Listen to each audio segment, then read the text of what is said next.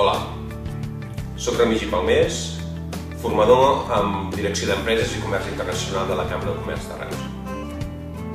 Us volem presentar aquesta nova edició de com calcular i reduir els costos en comerç exterior, en comerç internacional, que comencem el proper dia 7 d'octubre.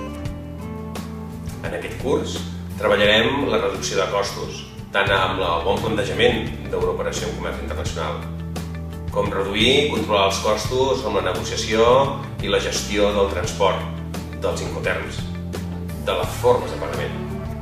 Es tracta de ser eficients i eficaços en la nostra gestió empresarial. Espero que aquest curs us pugui agradar.